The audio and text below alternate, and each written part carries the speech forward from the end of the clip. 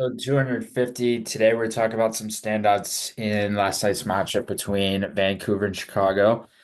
And I think when you look at it, it was just a purely dominating effort from the Canucks. And it was just a weird game. Like Chicago, they started off the game really strong, and then throughout the back half of the game, they just got weaker and weaker, and they just didn't really manage the game that well. It was so weird. And it's just frustrating to watch sometimes because you watch the Blackhawks and sometimes they show potential, sometimes they show upside in their game, and then other times they just completely fell off and they fall off. And they did so yesterday. And especially in the second and the third, I thought they were just not great. And Vancouver obviously took advantage. They ended up winning 6-2. I was surprised once again. I think Spencer Knight, unless it's a back-to-back sequence and back-to-back games, you start him every single game. I just don't understand why he isn't just getting relied upon down the stretch like right away. I think, like I said before, I think if you play him all the time, except for back-to-back games, just ride him out the rest of the year. And that's what's going to allow him to develop. He's not going to develop by sitting on the bench. He's not going to become a franchise goalie by sitting on the bench. And he's never going to become the best player and the best version of himself by sitting on the bench. But I know it's just one game, but still at the same time, I'm just confused as to why they don't play him every single time when there's off time in between. Like, just play him, just ride him out and use him as often as possible. And obviously, you have Arvid Soderblom, but is he reliable as a starter? I don't really know long term. I think Spencer Knight has been more reliable in the stint than he has or than Arvid Soderblom has for majority of the year. I know Arvid's been good this year and stuff, but I just think with Spencer Knight in net, he's just more reliable. And yes, he had an off game last game against San Jose. He wasn't at his best. I think that was probably the weakest game we've seen from Knight in net, but he still was strong overall. I just think play him. Just play him. Just ride him out. Play him all the time and take advantage of that development opportunity with him. And yes, he's still a young goalie. And the good thing with their situation now is Chicago has a plethora of defensemen. They have a plethora in net, arguably. You have a young goalie tandem in Spencer Knight and Arvid Soderblom now with Peter Mrazek out, and then Drew Commesso potentially coming up in the future. And all you really need to stockpile is more competitive forward group. You just need a more competitive, more veteran oriented, more skilled forward group. And I remember they were talking on the pregame broadcast yesterday. They were talking about free agent options and stuff like that. And obviously, Mitch Marner's been thrown around there for a while.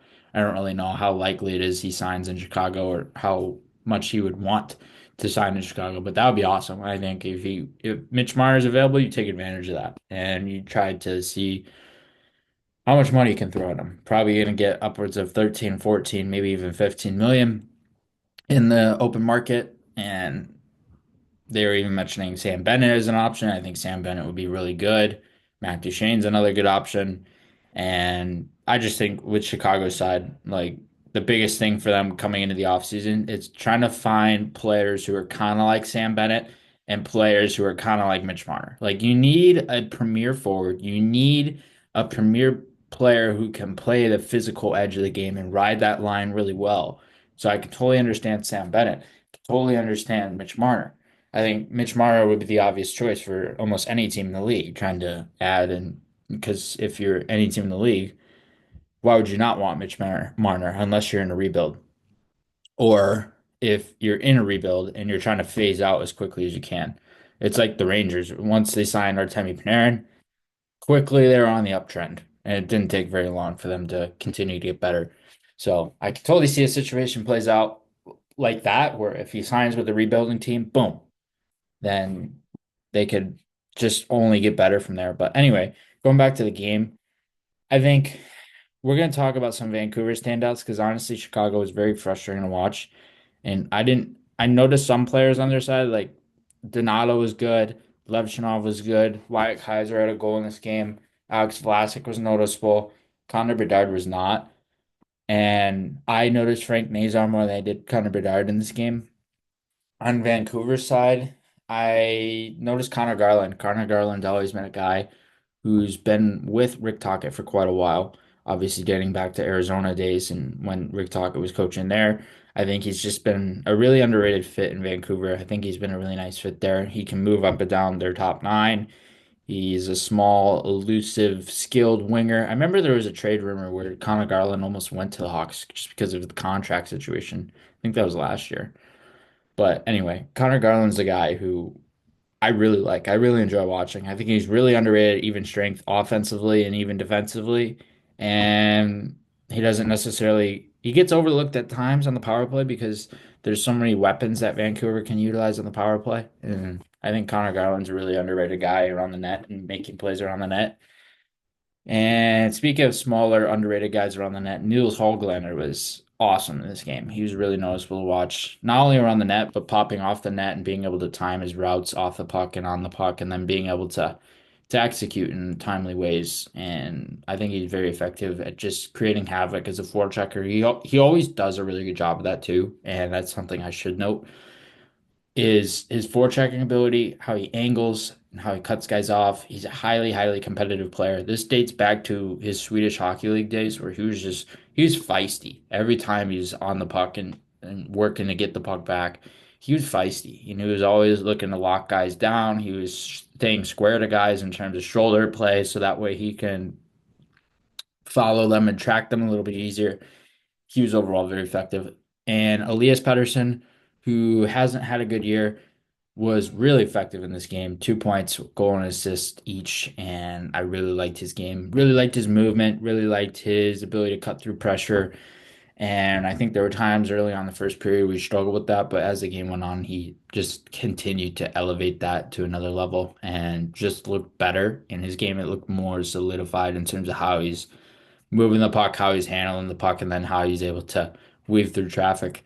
And Quinn Hughes, who ever since coming back from injury, he's been electric. He's been so fun to watch. He's been active in all situations, offensively, defensively, transition, anywhere. He's been active, power play, and yeah, there's just so many situations where he's relied upon, and especially as a leader now, him being a captain there, that's elevated his status a little bit and elevated his importance a little bit more.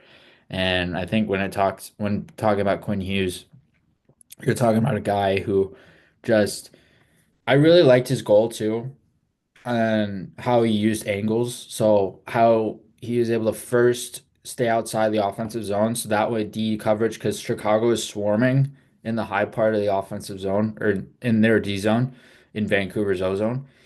And so Chicago swarming. Hughes pulled back to the weak side of the ice, realizing that he can open up some space there. He faded out to the outside of the offensive zone so that way he can not allow D coverage to latch onto him. And then what he did when he got the puck retrieval, he was able to attack downhill on an angle. So that allowed him to be able to be a little bit more deceptive within a shot. And it's actually a really underrated angle to shoot from and really hard to be able to execute on sometimes because goalies have a tough time tracking from angles and versus straight lines.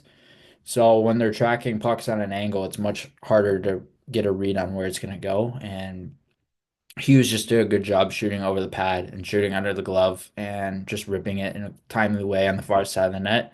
And he looked really good throughout this game. I really liked this game. And like I said before, I think ever since coming back from injury, he's been extremely effective on the stretch for Vancouver. And they're going to need him to be that down the stretch as well.